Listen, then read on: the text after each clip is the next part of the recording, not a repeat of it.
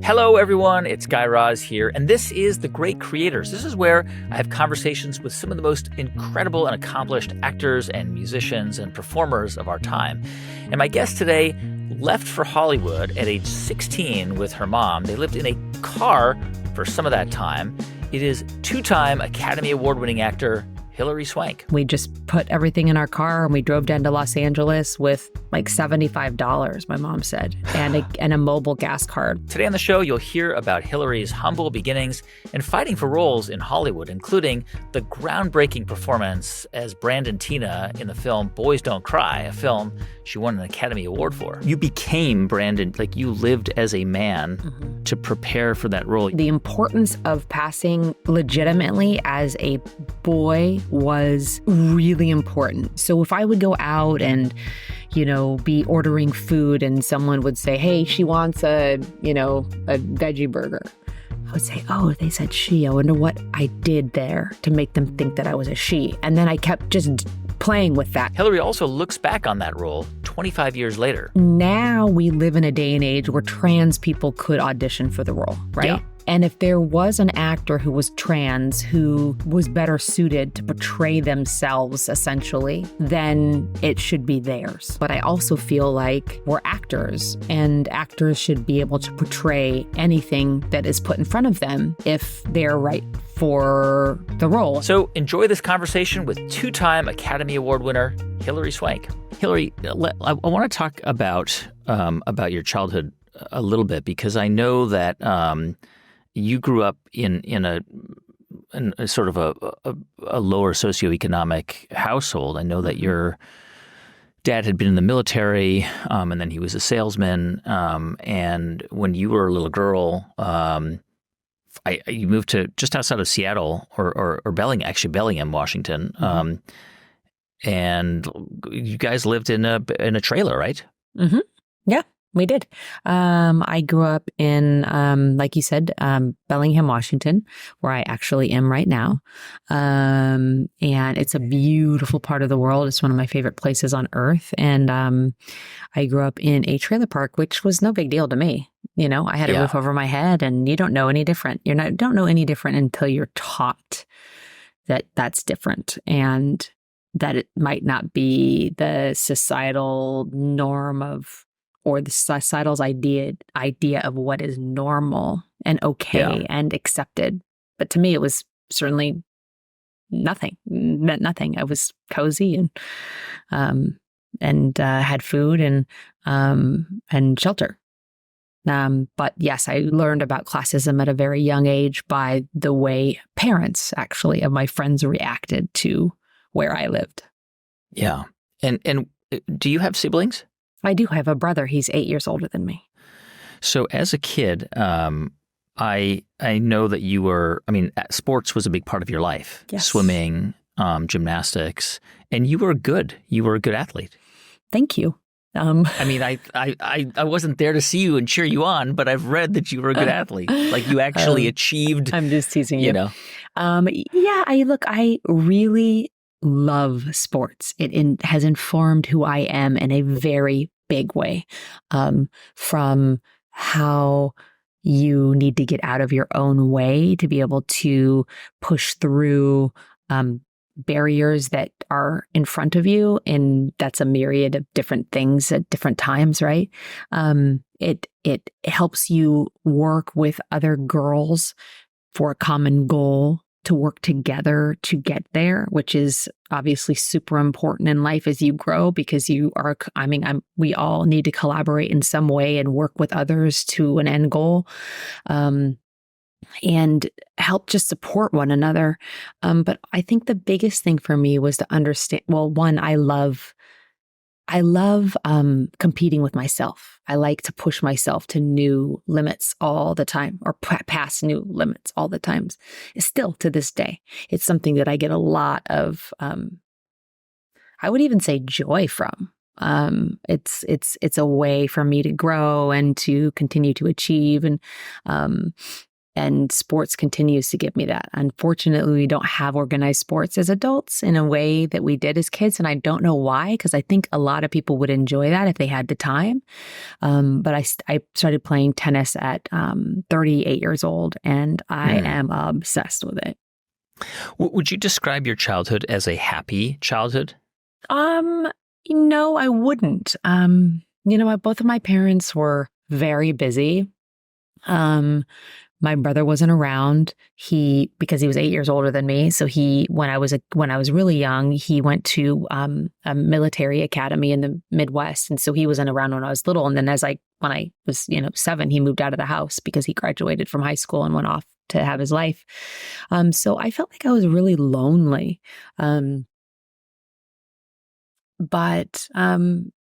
Yeah, and I was always like in a rush to grow up. I was always in a rush to get to the next place. So we never really we didn't go on any family vacations ever. We didn't do anything like that. And so I don't have any memories of, camping with my family, and we lived in nature. I'm doing anything like that. So nature became part my family, and I was able to experience it because when I grew up was the same era you grew up, when you could just go out and play and you came back when it was dark.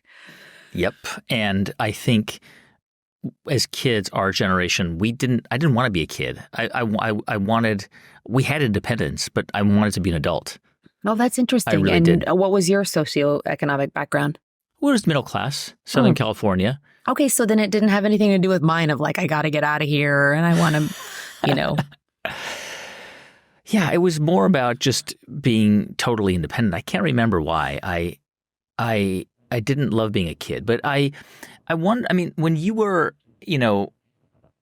a little girl, I know that and we've had a lot of actors and artists on the show who've talked about getting into theater or drama as kids. And I know that you did some drama. I think you were in the Jungle Book when you were a little kid. When I was 8, yeah. Yeah. Was that a big part? I mean, on the one hand, you had sports and gymnastics, and you were like a state champion competitions. But was theater and acting a big part of what you wanted to do when you were 9, 10, 11 years old? It was 100% what I wanted to do. At 8 years old, wow, my teacher had us write a skit and perform it in front of the class. And I remember something inside of me just completely came alive. I didn't know at the time that was my calling me, but I was absolutely lit up. That's all I can say. I felt like light, and I felt joy, and in a way that I'd never really experienced. And it was thankfully one of the best teachers I had ever had, who said, this is clearly something that you love. And he wrote to my mom and said, I would highly encourage you to encourage this in Hilary's life because she loves it. And so he said, you should audition for the school play. And I did. And that was the Jungle Book. And then from there, I continued to audition for the school plays, but I also went on to audition for the local repertory theater, which my mom did too. My mom did, and I did a couple plays together. So this really there's something about being on stage, because I've seen you describe yourself as feeling like an outsider, in school, in high school. Mm-hmm. But did that, what was it about being on stage? Did it make you feel less like an outsider, do you think? I don't know, maybe not, or maybe just the energy. There's a few things. One, there was a bookmobile that came by at the trailer park, and it was it was so wonderful that they had that, and it was a mobile library. And I remember reading books and also watching movies and seeing people and reading about people who were experiencing things that I was experiencing. So it helped me feel less alone in my stuff, my loneliness, or whatever I was feeling as an outsider, because I know we've all felt like an outsider at some point in our life. But for me, when I was quite young. But yes, I would say that I think it just made me feel really alive, and it gave me a sense of family, because when you're on stage and you're with a crew of people doing the same thing, again, for an end goal, and everyone's enjoying themselves and everyone's there because they want to be there. School isn't like that. School, you have to be there, and enjoying it is a lucky thing as a sidebar. But when you're in a group of people who are really excited to be there, there's just an accumulated joy that is palpable, and it's just very different than anything I had ever experienced, except in sports. It was like that in sports, but it was almost like, I think one of the things, and I didn't know this at the time, but when we are doing something that we really love, there's books on it now, right? They call it In the Zone, or, In the Flow, or that's what it is. And there's no other joy like it. And I really feel that storytelling is for sure my calling, and was something that was given to me at a really young age, so that I found my purpose and was able to really cultivate it over all this time. How did you, how were you sort of perceived by teachers and acting and drama teachers and so on? Were you, when you were, I'm asking this question because at age 15, I know your parents split, and you and your mom moved to LA from Bellingham, Washington, so you could pursue acting, which is a hugely risky, kind of crazy thing for your mom to do. But I wonder, were people in your community saying oh yeah, Hilary is going to be a star. You need to go to LA. No. You need to go. No, I don't think that they were. I remember there were people here who were like, oh, when are you going to give up your hobby and get real? I think they were saying that because I left high school at the end of my sophomore year, and I got my GED. You take a 4-hour test that says whether or not you learned all you would in high school, and I did. So I saved myself 2 years of nightmare. I really didn't like school for a myriad reasons. I'm sure if it was a different, I like to learn. I love to learn. I love it. But it just, that environment didn't work for me. School was different when we went. It was a little bit more cruel, I think. I think so too. Now we have, I think what's just so great that people have implemented schools that are so diverse and inclusive and help for different brains, right? Yeah. We all learn so differently. But I was, I don't, in some ways, if I loved my childhood, I think that there would have been something to say about enjoying it a little longer, because I grew up so quickly being in the business. But my mom being at that crossroads in her life, and she had gotten fired from a job, and she was well, do I get a new job here, or do we just go to California and I get a new job there and we start new? And that's what we did. We just put everything in our car and we drove down to Los Angeles with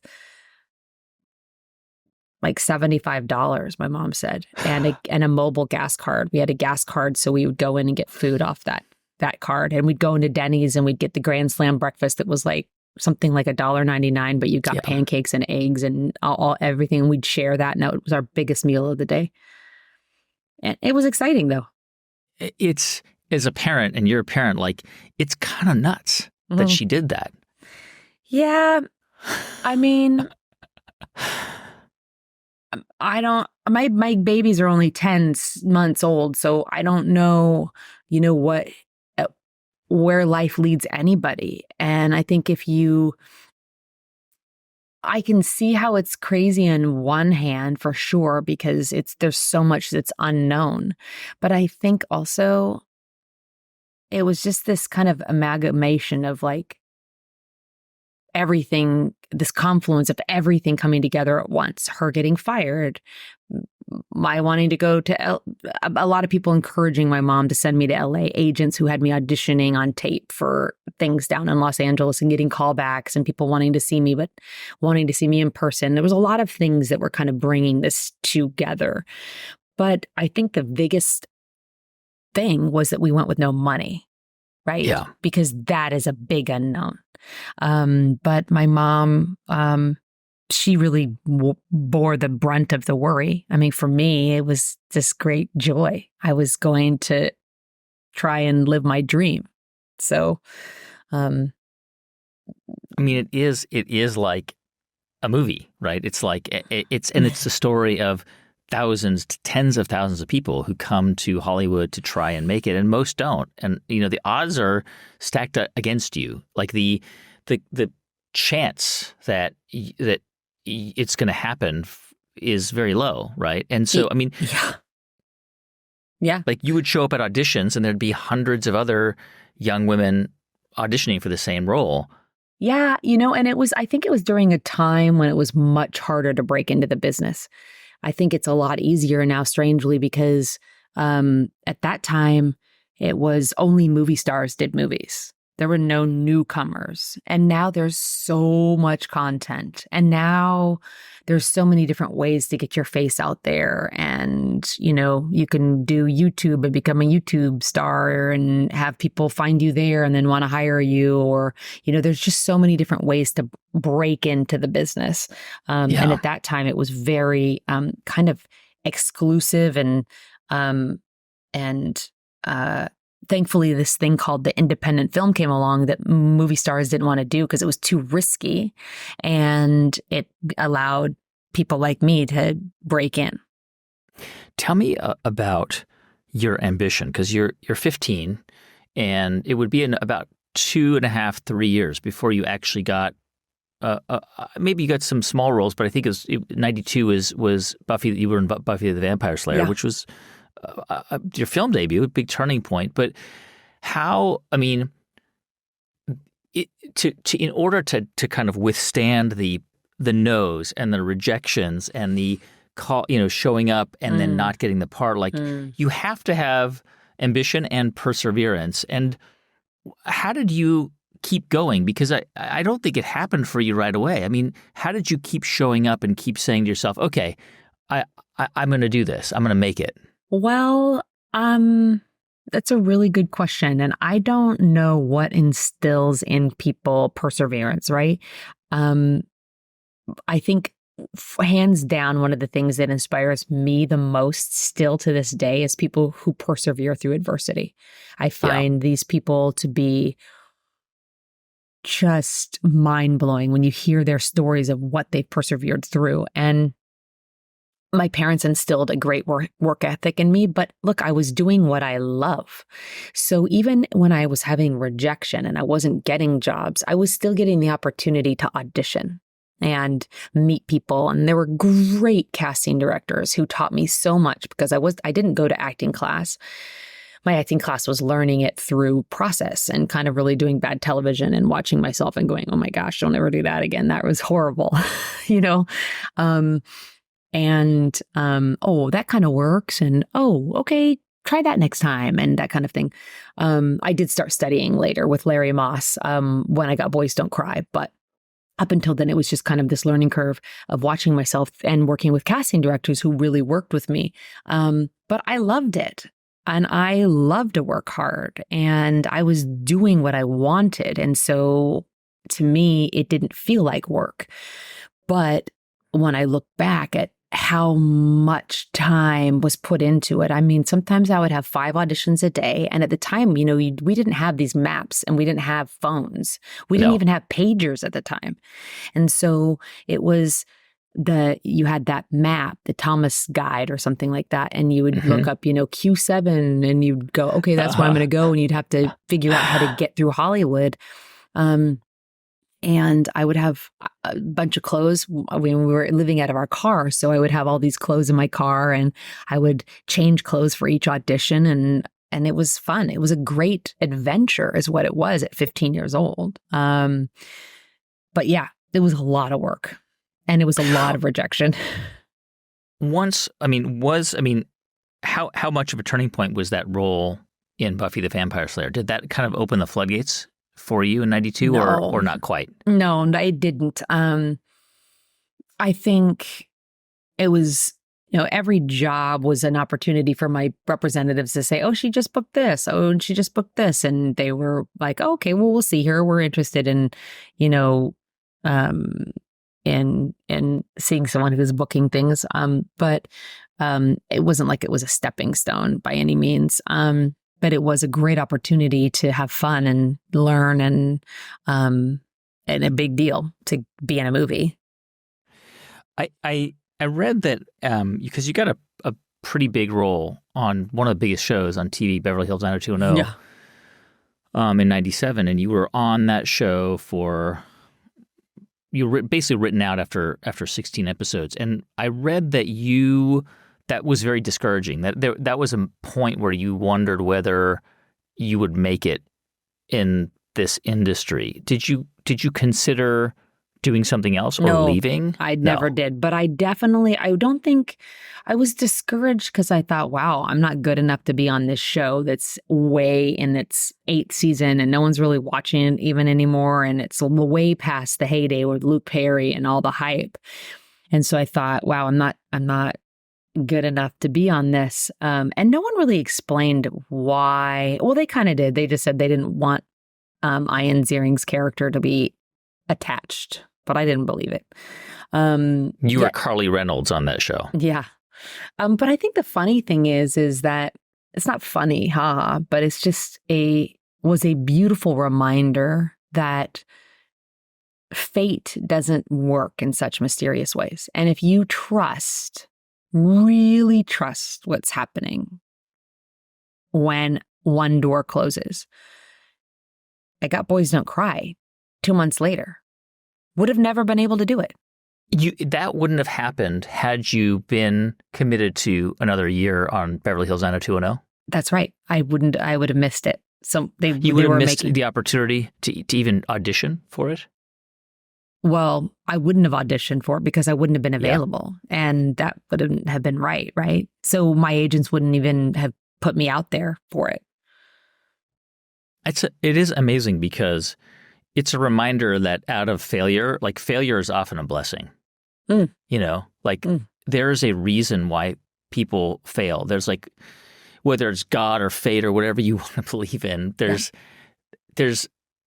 a reason why things happen. And you, through that failure, had that failure is not the best word, but you were cut out. Yeah. You were written out of the show. And that was a big job. You were probably making decent money and, I have to say, and you hear it so much more now because we have the ability through podcasts and through Instagram and through all the content that's around us to see quotes and hear stories about this. And there's so many books now on it. But the idea of really trusting deeply what is happening and why it's happening. It doesn't mean you don't feel the sadness that surrounds with something ending that you committed to, whether that's a relationship, a job, whatever it is for each person, for each individual. But then once you feel it, give yourself a certain amount of time. Mine is 3 days. I have 3 days to feel this really hard and really strong. And then I have to let it go because if I'm still holding on to that, it's going to keep the energy from whatever's supposed to come from coming because I'm still holding on to the past. So it's something that I've really implemented in my life because you have to feel it, right? You can't just shove it down. It's going to come out in some format later. And then just really be open to why that's not there anymore. And energetically, it's worked for me every single time from personal relationships, knowing that relationships weren't working for me and knowing in my marrow, if I can just get out of this isn't right for me. If I can just get out of it and move through the pain of breaking up, there is something else out there waiting for me that's right. And it took me a long time to learn that one. That was hard for me. But every time and time again, it's happened. When you got that role, Brandon Teena in Boys Don't Cry, did you A, know that would change your life, and B, that would be such a powerful and influential film? No. I mean, I don't think anyone understood the ginormous foundation we were building for people to then step onto and build from. I think had we all understood that, we would almost have been paralyzed from the sheer enormity of it, right? It was big. It was a big moment for a community of people to be seen and to show their family, this is how I feel. I got an outpouring of letters of people saying, this is how I feel inside. Now I can show you what I feel, and you can, because there was no way to put words to it. I mean, at this time, people weren't even coming out as gay and lesbian because they were afraid of being ostracized from work, and not just actors, but just people in general. So this was a platform, and it was just a little movie that could. I mean, the movie had such a small budget. I made $3,000 on that movie. I had health I had an Academy Award and no health insurance. It's unbelievable. I mean, you would. I mean, there's a lot to unpack there. It was an independent film, and I think you were paid $75 a day for the film, for work on the film, and you won the Academy Award. I mean, you were 25 years old. I mean, that was, it's mind-blowing. I mean, this small little film that had a huge impact and that elevated you into the global spotlight. Mm.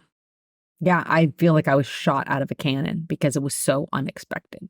It was so unexpected. But it was so beautiful how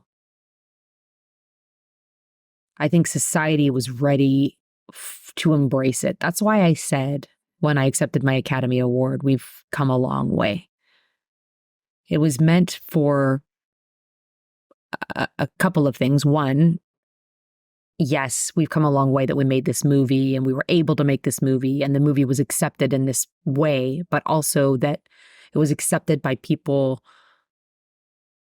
who globally weren't accepting it just a little bit earlier. I mean, we're talking, had it come out maybe a year earlier, who knows? I don't know. That's why making movies is like magic in a bottle when it works.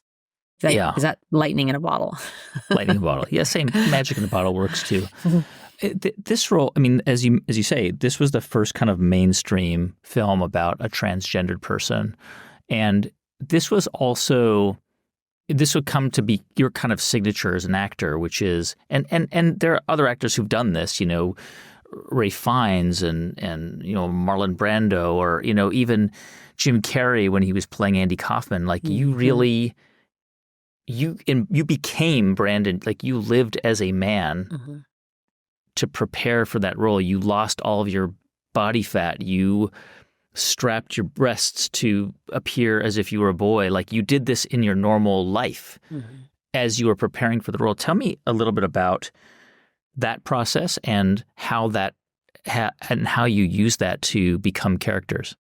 So I think, as I didn't know this when I started acting, but one of the things that I realize now on a really profound level is that I love people and I love what makes us different and what makes us similar. I just find it so beautiful that each person is their own individual with likes and dislikes and pains and triggers and dreams and ambitions and goals. Yet when it comes down to it, we all want to give and receive love. Yeah. And when I was even on stage before I came down to California, I love transforming. I love stepping into other people's shoes and seeing through their eyes and being different physically than I am.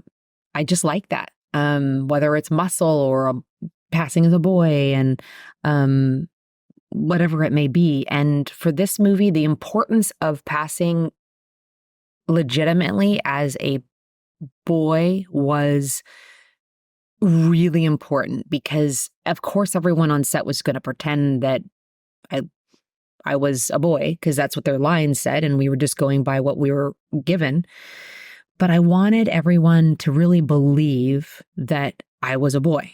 And I wanted to understand why they did or didn't in real life. So if I would go out and, be ordering food and someone would say, hey, she wants a veggie burger.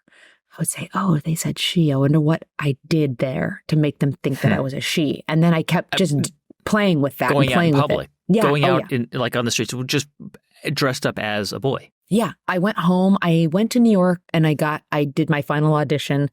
And when I got home, when I was there, I got the role. So I cut my hair at a place called Astor Place Barbershop, which is this really famous barbershop in New York City. I went in and my hair was this length. It was really long. Yeah. And the woman who was working there said, I'm not cutting your hair for this, in this, film that's like, I think she called it like a college film or something. She was like, I'm not doing it. And I was like, no, I want my hair cut. And I want my hair cut. And if someone else had to do it in the end.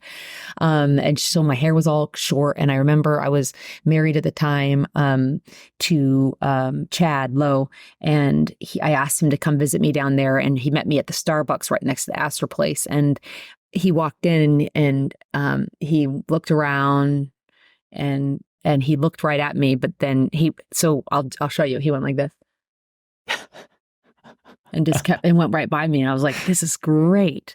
That was your husband at the time. He didn't recognize you. No. It's amazing. And then I was like, it's me. And then so I went home. And when I went home, I said to my neighbors, I was Hilary's cousin, James. And I was just visiting. And some of them believed that I was James. I also have to say that I was doing rehearsals in New York, so I was already like 2 weeks into rehearsals and stuff. Yeah. But then it's like, oh no, it's me, and some people were like surprised, and it was a wonderful journey, but also a really eye-opening journey because I got to see what it was like to walk in the world. I just scratched the surface of it, right? Because I can go back to being a girl that people could define, but I got to scratch the surface of what it felt like to be someone that wasn't definable. Like people treated me in a certain way that I'd never been treated before, and it wasn't nice all the time. You mentioned this idea that even as a young girl, being on stage, embodying roles was so exciting because you could step into the shoes of somebody else, even for that brief moment. Mm-hmm. And I was surprised when I read an interview that you gave in 2020 where you said you probably wouldn't take on that role of Brandon Teena today if you were offered the role. And I was surprised because you played that role with such empathy.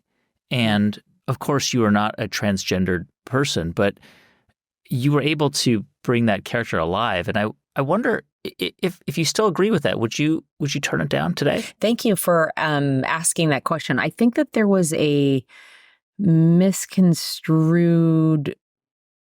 understanding of that. And so I'm glad to get it clarified.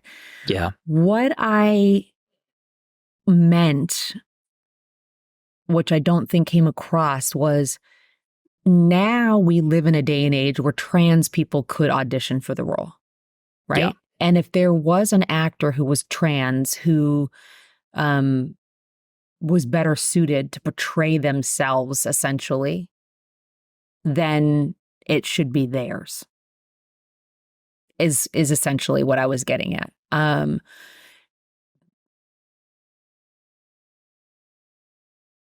I do feel on lots of levels that, to me, it transcended gender, it transcended sexuality, and it became just a very human thing about giving and receiving love. So what's hard and what's great is there are more people now to play these roles. There are more disabled people who are actors, and so they should get an opportunity to portray a disabled person. There are more trans people, and they should be able to get the opportunity to play a trans person.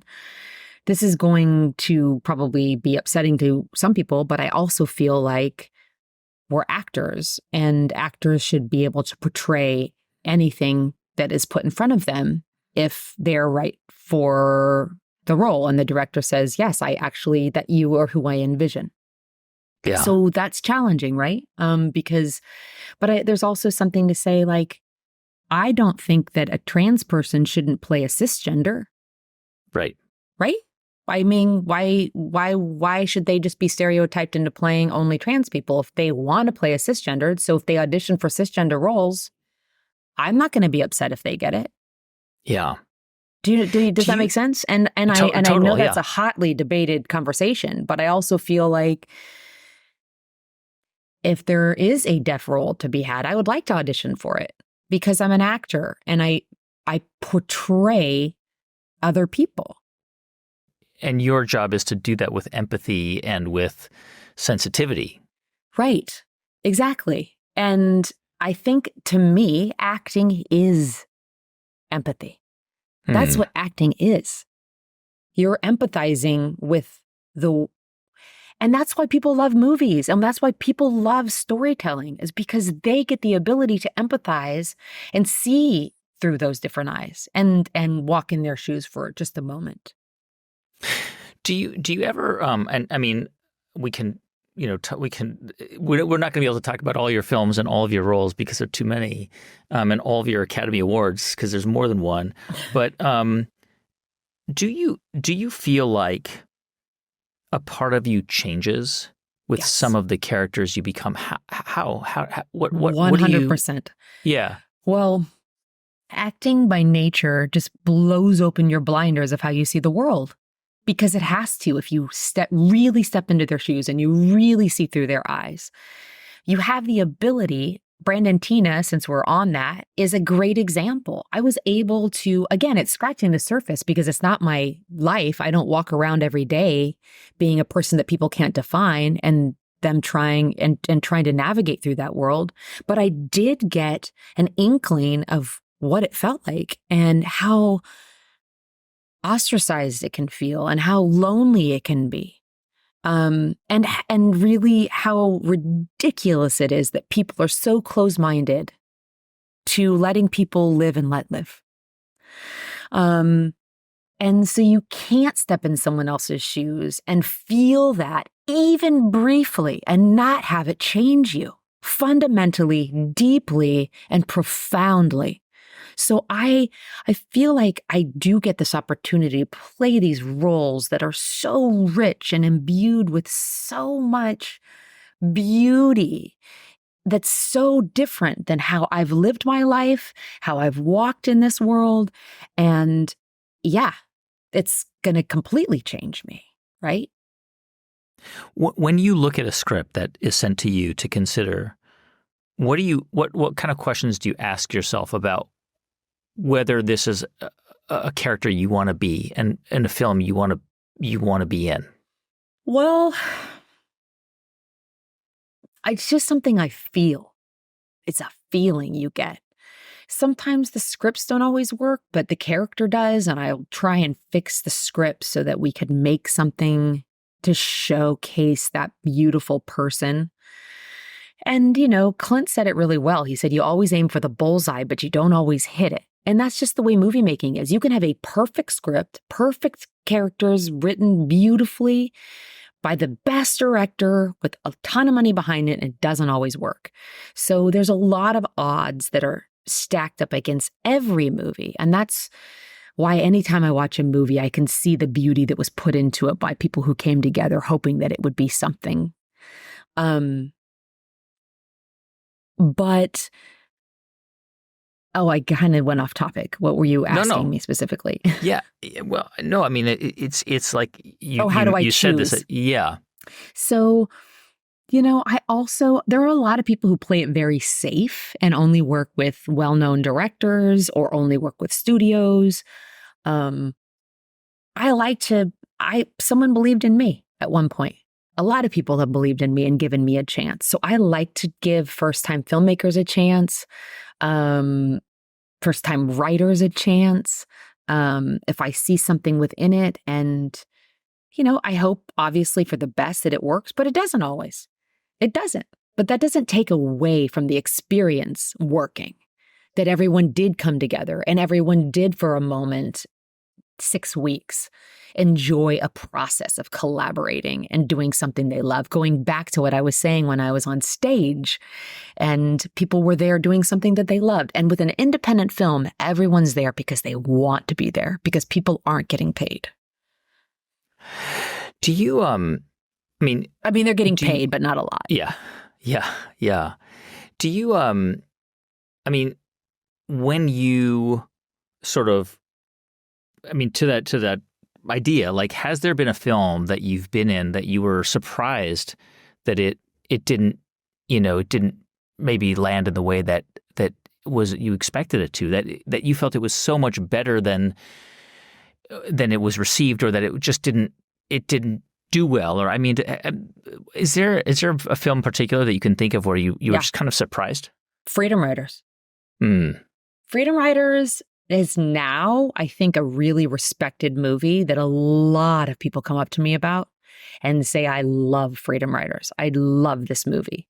It was I think, a sleeper. But I think at the time there's so much politics too in the business, and the person who greenlit that movie got fired from the studio. And someone new came in. And I think there was politics around them not wanting it to work because it would look bad for firing the person that made it. And I just firmly believe that, because it's a beautiful movie.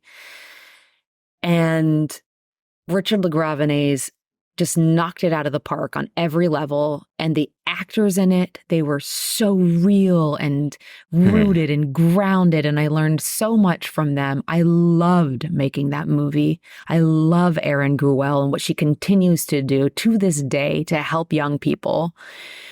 100% of the people in her class had never graduated from high school. And when she was their teacher, they all graduated, and most of them went on to college, simply because one person believed in them. And it was just done in a way that made people who saw it, who were experiencing the same thing in their life, it gave them hope and it gave them inspiration. And like I said, the amount of people who've come up to me, it's probably one of the most talked about, that and P.S. I Love You, more than any other movie. I read that role in P.S. I Love You, that was challenging for you. It was like you wanted kind of a break from. Yeah. I was like, oh, it's kind of a romantic comedy. And then on that film, I cried. I had to cry every single day. There was always a scene where I had to cry. And I was like, wait a minute. But it was great. I loved that. And again, that was with Richard LaGravenese too.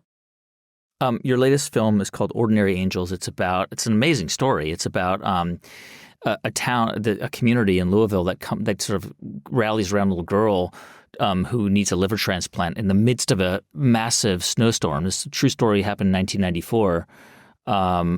Tell me about how you came to this script in this film.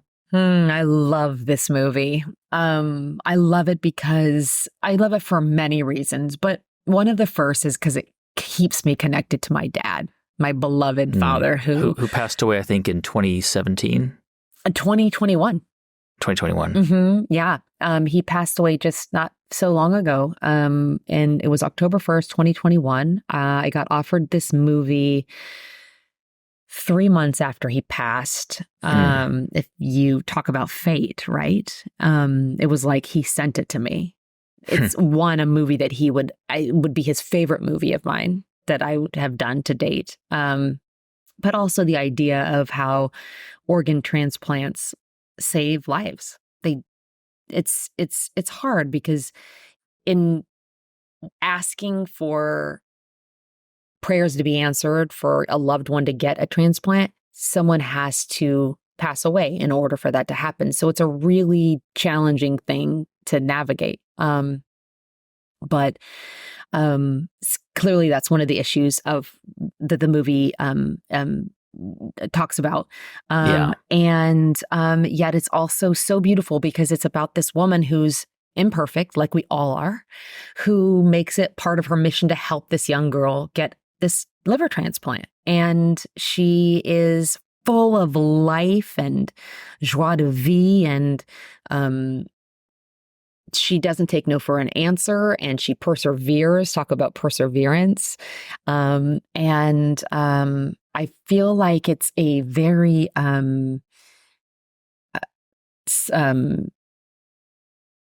rich and nuanced film. And I loved it, and I loved making it. You guys filmed it in Winnipeg, I think, right? Yeah. Otherwise known as Winterpeg. Winterpeg. Yeah, I've been there. My wife is from there. Been there many times. Really? Mm-hmm. Do you guys get back there often? Like once a year. Okay. Yeah. Well, I actually liked it. It's a great. lot of people don't love it, but I liked it, and I liked it because on my days off I was able to play tennis at the Winterpeg, I called it, at the Winnipeg tennis club or whatever, and I had really good teachers, and they had some good restaurants. Yeah, they do.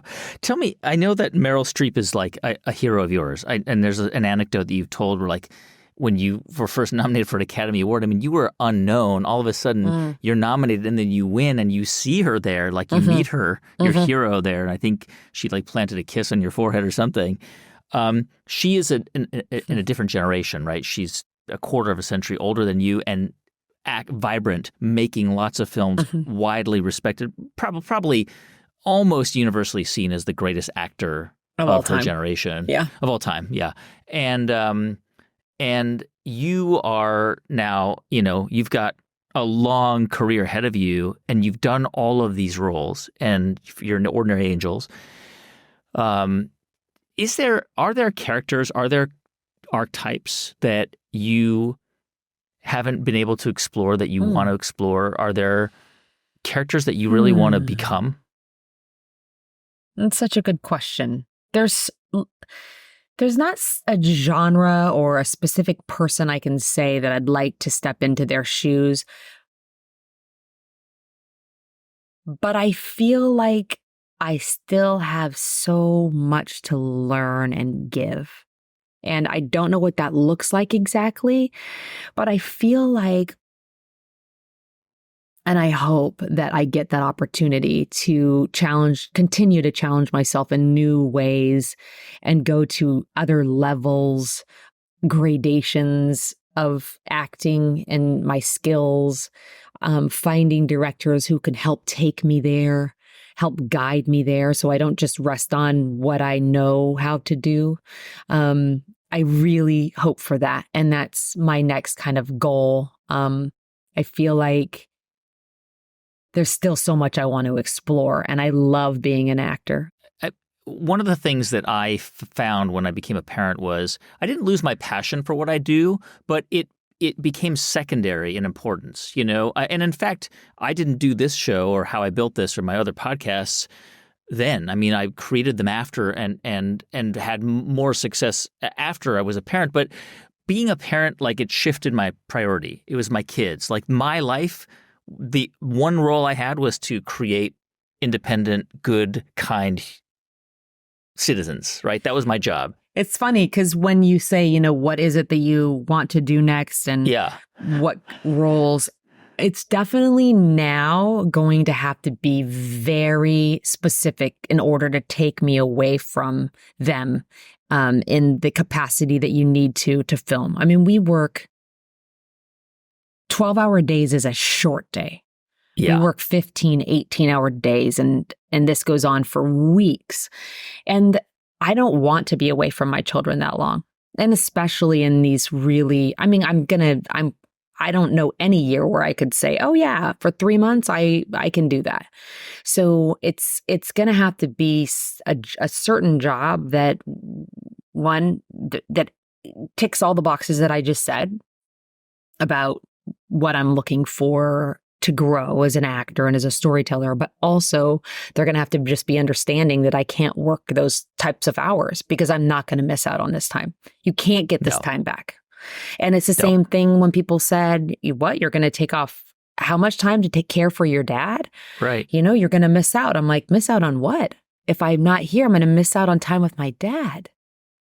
That's the important stuff. I don't want to miss. And I feel like I'm in this blessed position because I have the ability to take time off to be with my kids. A lot of people don't have that. And I've been with them every single day since they've entered Earthside. And I want to be here. And like you said, I want to help build their minds and their brains. And the more you read about them and how a brain is rapidly growing from 0 to 3, it's just, you want to be part of helping them be resilient little beings who have